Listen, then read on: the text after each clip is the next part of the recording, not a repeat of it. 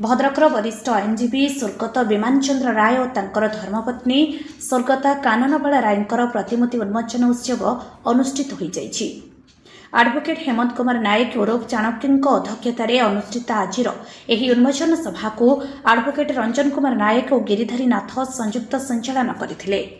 उक्त सभारे ओडिशा बार काउंसिलर उपाध्यक्ष श्रीजुक्त राजीव महंती मुख्य अतिथि रूपे जोगदे प्रतिमूर्ति अनावरण करने सहित स्वर्गत रायक निरविच्छिन्न वकिलाती वृत्तिर घोर प्रशंसा करथिले।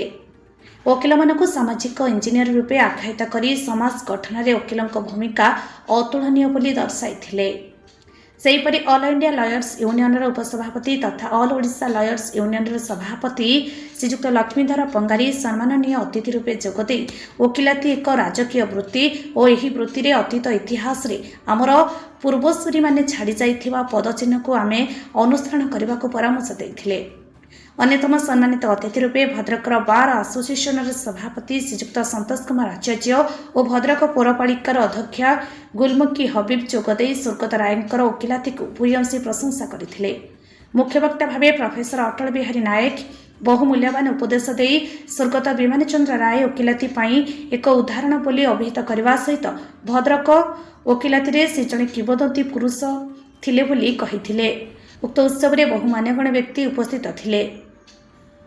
वरिष्ठ आईनजीवी दिव्य सिंह नायक रंजन कुमार नायक गिरिधारी नाथ स्वर्गत राय गुणावली वर्णना करथिले। युव आईनजीवी विकास नाथ अतिथि परिचय प्रदान सहित स्वागत भाषण दे निजर वाक्चातुर्य परिचय देथिले। शताधिक अधिवक्ता मानक सहित स्वर्गत रायंकर ज्येष्ठ कन्या तथा नयागढ़ कोर्टर अतिरिक्त जिला जज श्रीमती रिचा राय, मध्यम कन्या एडवोकेट रेनी राय, मझिया झील इंजीनियर रीना राय, सान झील शिक्षयित्री रेश्मा राय, ज्वाई पुत्र वधू नाती नातुणी माने उपस्थित थिले। शेषे स्वर्गत विमान चंद्र राय एकमात्र पुत्र विज्ञान चंद्र राय धन्यवाद अर्पण करथिले। भीष्मचरण मल्लिकଙ୍କ रिपोर्ट टीएस चैनल।